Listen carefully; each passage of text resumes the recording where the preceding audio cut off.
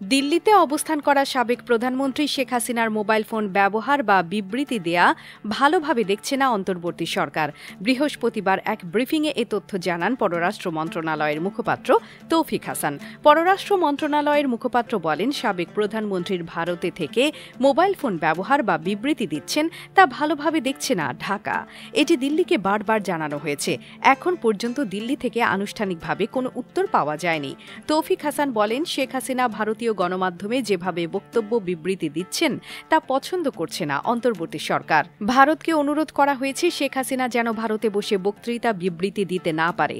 ভারতীয় রাষ্ট্রদূত জানিয়েছিলেন বিষয়টি তারা দেখবেন।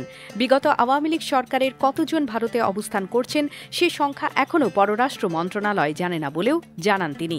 গত 5 অগাস্ট ছাত্র জনতার তীব্র গণ আন্দোলনের মুখে প্রধানমন্ত্রীর পদ থেকে পদত্যাগ করে দেশ ছাড়েন শেখ হাসিনা।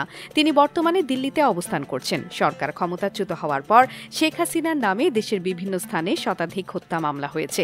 আন্তর্জাতিক অপরাধ ট্রাইব্যুনালেও তার বিরুদ্ধে অনেকগুলো হত্যা ও গুমের অভিযোগ এসেছে। এসব অভিযোগের প্রেক্ষিতে শেখ হাসিনার নামে গ্রেপ্তারি পরোয়ানা জারি করেছে ট্রাইব্যুনাল। দেশ ছাড়ার পর শেখ হাসিনা এখনও কোনো দেশি বা বিদেশি গণমাধ্যমের সামনে আসেননি। তবে বাংলাদেশ আওয়ামী লীগের ভেরিফাইড ফেসবুক পেজ থেকে তার নামে বিবৃতি প্রকাশ করা হয়েছে। অন্যদিকে দলীয় নেতাকর্মীদের সঙ্গে তার কথিত কথোপকথনের অডিও সামাজিক যোগাযোগ মাধ্যমে ফাঁস হওয়ার ঘটনাও হয়েছে। আইন উপদেষ্টা ডক্টর আসিফ নজরুল জানিয়েছেন, শেখ হাসিনা সহ বিদেশে পলাতক গণহত্যার আসামিদের ফেরাতে শিগগিরই ইন্টারপোলের মাধ্যমে রেড নোটিশ জারি হবে।